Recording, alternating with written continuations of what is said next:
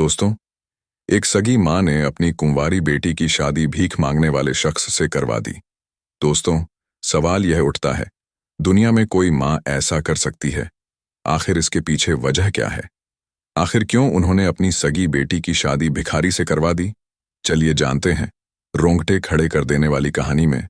दोस्तों, कहानी शुरू करने से पहले एक छोटी सी गुजारिश है। आप मेरी इस कहानी को कहाँ से सुन रहे हैं?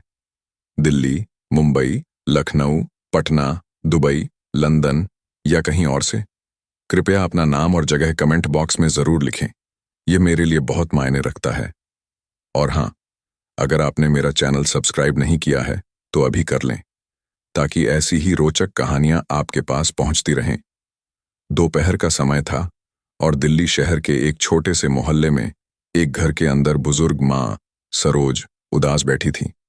उनकी उदासी का कारण गहरा और दर्दनाक था, जो उनके दिल को भारी के हुए था। तभी घर की घंटी बजती है। घंटी की आवाज सुनते ही सरोज मानो इसी पल का इंतजार कर रही थी। वह तुरंत खड़ी होती है और तेजी से दरवाजा खोल देती है। सामने एक जवान भिखारी खड़ा था, जिसने अपना चेहरा कपड़े से ढक रखा था। सरोज उसे देखते ही आंखों में आंसू लिए कहती है, बेटा, मेरे पास देने को कुछ नहीं है, लेकिन अगर तुम चाहो तो मेरी बेटी से शादी कर लो। यह सुनकर भिखारी चुपचाप वहां से चला जाता है। ये कहानी दिल्ली के एक परिवार की है, जिसमें सरोज, उनकी बेटी रिया, उनका बेटा अमित और अमित की पत्नी निशा रहते हैं। रिया शादी की उम्र को पार कर चुकी थी, लेकिन उसका गहरा रंग रिश्तों में बार बार रुकावट बन रहा था। हर बार जब कोई रिश्ता देखने आता, रिया के रंग की वजह से उसे ठुकरा दिया जाता। ये बात न केवल रिया को, बल्कि सरोज को भी बहुत दुख देती थी। घर में रिया को नौकरानी की तरह काम करना पड़ता था। निशा, उसकी भाभी, उसे ताने मारती और कहती, कब तक हमारे सिर पर बोझ बनी रहेगी? कोई तो तुझे पसंद करे, पर तेरा ये रंग। ये बातें सुनकर रिया और सरोज का दिल टूट जाता। समय बीतता गया और रोज दोपहर को एक जवान भिखारी उनके दरवाजे पर भीख मांगने आता। एक दिन रिया ने उसे 2 रुपए दिए, जो निशा ने उसे थमाए थे। भिखारी ने चेहरा छुपाए हुए कहा, 2 रुपए से क्या होगा, कुछ और लाओ, महंगाई का जमाना है। ये सुनकर निशा ने हंसते हुए कहा, अगर ज्यादा चाहिए तो इसे ले जा, ये तो घर में फालतू पड़ी है। रिया ये सुनकर घबरा गई और कमरे में चली गई, जबकि निशा हंसने लगी। यह बात सरोज को पता चली तो वह बहुत दुखी हुई। निशा की इस बेइज्जती ने उन्हें अंदर तक झकझोर दिया। अमित भी अपनी पत्नी का साथ देता और रिया को बोझ समझता। वह भी मौका मिलते ही रिया को ताने मारता। रिया चुपचाप अपने आंसू पीती और जिंदगी को घसीटती रही। कई रिश्ते आए, जिनमें कुछ तो तलाकशुदा या बच्चों वाले थे, पर वे भी रिया को ठुकरा देते। आखिरकार रिया ने हिम्मत हार दी और मां से कहा, मुझे शादी नहीं करनी, मैं यहीं रह लूंगी। लेकिन निशा को यह भी पसंद नहीं आया। वह ताने मारती, हाँ, अब ये हमारे गले में पड़ी रहेगी।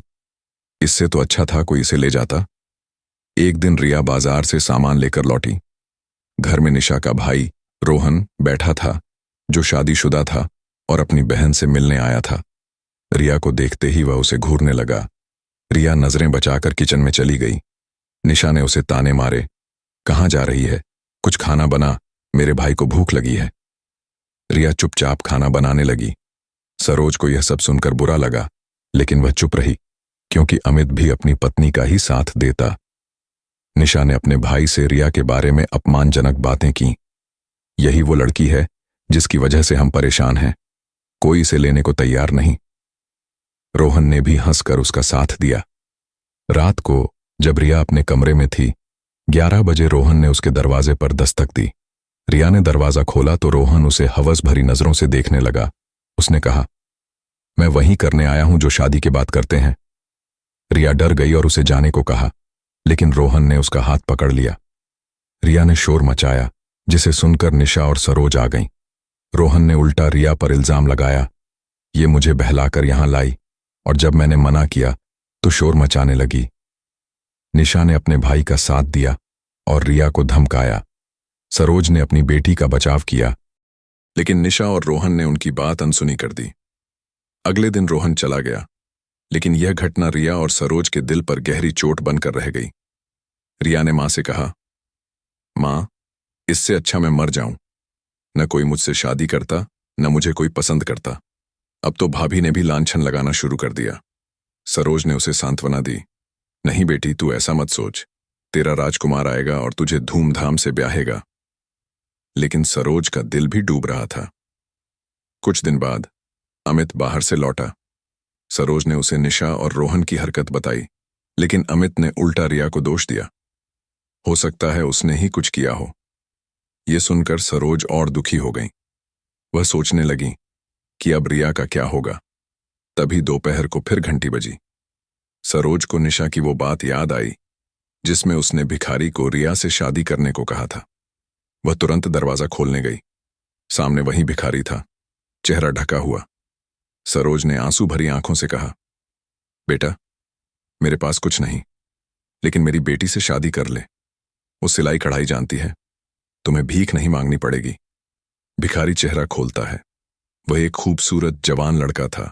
सरोज हैरान हुई, लेकिन फिर भी अपनी बात दोहराई। भिखारी चुपचाप चला गया। सरोज सोचने लगी, मेरी बेटी से भिखारी भी शादी नहीं कर रहा। 2 घंटे बाद भिखारी अच्छे कपड़ों में 2 लोगों के साथ लौटा। उसने कहा, माँ जी, अगर आप रिया से मेरी शादी करना चाहती हैं तो मैं तैयार हूं। मैं उसे हमेशा खुश रखूंगा। सरोज को शक हुआ कि भिखारी उसकी बेटी को कैसे खुश रखेगा, लेकिन वह रिया को बुला लाई। रिया, जो तानों और अपमान से तंग आ चुकी थी, चुपचाप तैयार हो गई। अमित और निशा ने भी कोई आपत्ति नहीं की, बल्कि खुश हुए कि रिया उनके सिर से हट रही है। भिखारी, जिसका नाम वीरेंद्र था, रिया और सरोज को मंदिर ले गया और रिया से शादी कर ली। शादी के बाद वह रिया को अपने साथ ले गया। सरोज घर लौट आई, आंखों में आंसू लिए, सोचते हुए कि उसकी बेटी का भविष्य क्या होगा। घर पर अमित और निशा को रिया की शादी से कोई फर्क नहीं पड़ा। लेकिन जैसे जैसे दिन बीते, निशा को रिया की कमी खलने लगी। रिया घर का सारा काम करती थी और अब निशा को सारा काम खुद करना पड़ रहा था। उसने सरोज से भी काम करवाने की कोशिश की, लेकिन सरोज बूढ़ी और बीमार थी। निशा ने अमित से नौकरानी रखने को कहा, लेकिन अमित ने मना कर दिया। समय बीतता गया और 5 साल बाद एक रविवार को, जब सरोज किचन में खाना बना रही थी और निशा टीवी देख रही थी, दरवाजे की घंटी बजी। अमित ने सरोज से दरवाजा खोलने को कहा। सरोज ने दरवाजा खोला तो सामने एक खूबसूरत लड़की खड़ी थी, महंगे कपड़े और लग्जरी पर्स लिए। सरोज ने गौर से देखा तो पहचान लिया, ये रिया थी। सरोज हैरान होकर बोली, बेटी, तू रिया है? रिया ने खुशी से मां को गले लगाया और कहा, हाँ मां, मैं रिया हूं, कैसी लग रही हूं? सरोज की आंखों में आंसू आ गए। वह बोली, तू इतनी बदल गई, ये सब कैसे हुआ? रिया ने कहा, मां, अंदर चलकर बात करते हैं, मेरे पति भी आए हैं। रिया ने मां को अंदर बुलाया। तभी वीरेंद्र अच्छे कपड़ों में गाड़ी से सामान लेकर आया। सरोज उसे देखकर और हैरान हुई। घर में अमित और निशा भी रिया को देखकर दंग रह गए। रिया ने बताया, मेरे पति वीरेंद्र कोई भिखारी नहीं बल्कि सीबीआई ऑफिसर हैं। वे एक गुप्त मिशन पर थे, इसलिए भीख मांगने का नाटक करते थे। शादी के बाद उन्होंने मुझे अपने बड़े बंगले में रखा, अच्छा खाना पहनावा दिया और मैं रोज पार्लर जाती थी। मेरी काया और तकदीर बदल गई। सरोज ने पूछा, बेटी, फिर तू पहले क्यों नहीं आई? रिया बोली, मां, वीरेंद्र चाहते थे कि मेरी काया पूरी तरह बदल जाए, तभी मैं तुमसे मिलूं। उन्होंने कहा कि तुम्हें भी अपने साथ ले जाएंगे क्योंकि तुम बीमार रहती हो और यहां कोई तुम्हारा ख्याल नहीं रखता। अमित और निशा ने कहा, हमें भी अपने साथ ले चल। लेकिन रिया ने साफ मना कर दिया। आपने मेरे साथ दुश्मनों जैसा बर्ताव किया। मां को मैं ले जाऊंगी क्योंकि आप उन्हें भी परेशान करते हैं। रिया अपनी मां को लेकर वीरेंद्र के साथ चली गई। उनके जाने के बाद अमित और निशा के बुरे दिन शुरू हो गए। अमित की नौकरी छूट गई और निशा को दूसरों के घरों में नौकरानी का काम करना पड़ा। अमित भी मजदूरी करने लगा। उनकी जिंदगी बर्बाद हो गई, जबकि रिया, जिसकी जिंदगी शुरू होने का नाम नहीं ले रही थी, अब एक बड़े बंगले में राजसी जीवन जी रही थी और अपनी मां की देखभाल कर रही थी। रिया अपनी मां सरोज को लेकर वीरेंद्र के साथ उनके बड़े बंगले में चली गई। वहां सरोज को देखकर हर कोई हैरान था, क्योंकि रिया अब पहले जैसी नहीं थी। उसका रंग गोरा हो गया था, चेहरा चमक रहा था और वह महंगे कपड़ों में किसी रानी की तरह लग रही थी। वीरेंद्र का बंगला दिल्ली के पॉश इलाके में था, जहां हर सुविधा मौजूद थी। सरोज को अपनी बेटी की यह तरक्की देखकर सुकून मिला, लेकिन साथ ही उनके मन में एक टीस थी कि इतने सालों तक रिया ने कितना दुख झेला। वीरेंद्र ने सरोज का ख्याल रखना शुरू किया। वह उनकी दवाइयां समय पर दिलवाता, डॉक्टर के पास ले जाता और उन्हें हर तरह का आराम देता। रिया भी अपनी माँ के साथ वक्त बिताती, उन्हें सैर पर ले जाती और उनके साथ पुरानी बातें करती। सरोज को लगता कि जैसे उनकी बेटी को नई जिंदगी मिल गई हो। दूसरी ओर अमित और निशा की जिंदगी पूरी तरह बिखर गई। अमित की नौकरी छूटने के बाद वह छोटी मोटी मजदूरी करने लगा। निशा, जो कभी रिया को ताने मारती थी, अब दूसरों के घरों में बर्तन मांजने और झाड़ू पोंछा करने को मजबूर थी। घर का काम, जो पहले रिया संभालती थी, अब निशा के लिए बोझ बन गया। वह अक्सर सरोज की कमी भी महसूस करती, क्योंकि सरोज कम से कम कुछ काम में हाथ बटाती थी। लेकिन अब न तो रिया थी, न सरोज और न ही कोई नौकरानी, क्योंकि अमित की कमाई इतनी नहीं थी। निशा और अमित आपस में झगड़ने लगे। निशा अमित को ताने मारती, तुमने कुछ नहीं किया, नौकरी भी नहीं बचा सके। अमित जवाब देता, तूने ही तो रिया को घर से भगाया, अब भुगत। उनके घर में अब न शांति थी न सुख। एक बार निशा ने सोचा कि वह रिया के पास जाकर माफी मांगे और मदद मांगे, लेकिन उसे रिया का पता नहीं था। उसने मोहल्ले में पूछताछ की, लेकिन कोई नहीं जानता था कि रिया कहाँ गई। उधर रिया और सरोज वीरेंद्र के साथ खुशहाल जिंदगी जी रहे थे। वीरेंद्र ने रिया को न केवल प्यार दिया, बल्कि उसे आत्मविश्वास भी सिखाया। रिया ने सिलाई कढ़ाई का काम शुरू किया और धीरे धीरे एक छोटा सा बुटीक खोल लिया। उसका काम चल निकला और लोग उसकी मेहनत और डिजाइनों की तारीफ करने लगे। सरोज को अपनी बेटी पर गर्व था। वह सोचती, मेरी बेटी, जिसे लोग ठुकराते थे, आज सबके लिए मिसाल बन गई। एक दिन जब रिया और वीरेंद्र सरोज को मंदिर ले गए, सरोज ने भगवान से प्रार्थना की, हे भगवान, मेरी बेटी को हमेशा खुश रखना। उसने बहुत दुख देखा, लेकिन आज तूने उसे वो सब दिया जो वह हकदार थी। वीरेंद्र ने सरोज से कहा, माँ जी, अब आप चिंता मत करो। रिया मेरी जिम्मेदारी है और आप मेरी माँ। हम तीनों मिलकर इस घर को स्वर्ग बनाएंगे। रिया ने भी हंसते हुए कहा, माँ, अब तुम बस आराम करो, मैं और वीरेंद्र सब संभाल लेंगे। सरोज की आंखों में खुशी के आंसू थे। वह सोचती थी कि कैसे एक भिखारी के भेष में आए वीरेंद्र ने उनकी जिंदगी बदल दी। उधर अमित और निशा की जिंदगी दिन ब दिन बदतर होती गई। मोहल्ले वाले भी उनकी हालत पर ताने मारने लगे।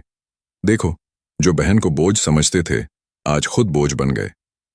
रिया ने कभी अपने भाई भाभी से बदला लेने की नहीं सोची, लेकिन वह यह जरूर चाहती थी कि वे अपनी गलती समझें। एक दिन जब रिया अपनी माँ के साथ बाजार गई, तो वहां उसकी मुलाकात एक पुरानी सहेली से हुई। सहेली ने उसकी तारीफ की और पूछा, रिया, तू इतनी बदल गई, ये सब कैसे हुआ? रिया ने हंसकर कहा, बस एक अच्छे इंसान का साथ मिल गया। सहेली ने जब अमित और निशा की हालत के बारे में बताया, तो रिया ने चुपचाप सुन लिया, लेकिन कुछ नहीं कहा। वह जानती थी कि जो जैसा करता है वैसा भरता है। रिया और सरोज अब अपने नए घर में सुखी थीं। रिया का बुटीक और भी बड़ा हो गया और वह अब कई लोगों को रोजगार देने लगी। वीरेंद्र का मिशन पूरा हो चुका था और वह अब खुलकर अपनी नौकरी कर रहा था। सरोज की सेहत भी पहले से बेहतर थी, क्योंकि अब उन्हें कोई ताना नहीं मारता था। वह अपनी बेटी और दामाद के साथ हंसी खुशी जिंदगी बिता रही थी। दूसरी ओर अमित और निशा की जिंदगी ने उन्हें सबक सिखा दिया। वे अब समझ चुके थे कि रिया को ताने मारना और उसे अपमानित करना उनकी सबसे बड़ी भूल थी, लेकिन अब बहुत देर हो चुकी थी। रिया ने कभी पीछे मुड़कर नहीं देखा और अपनी माँ के साथ एक नई सम्मानजनक जिंदगी जी रही थी। तो दोस्तों, ये थी आज की कहानी। आपको जैसी भी लगी हो, कमेंट सेक्शन में बता देना। अगर कहानी अच्छी लगी हो तो इसे लाइक करें और चैनल को सब्सक्राइब जरूर करें, ताकि हमें ऐसी और कहानियां लाने का हौसला मिले। मिलते हैं अगली कहानी में। तब तक के लिए जय हिंद, जय भारत।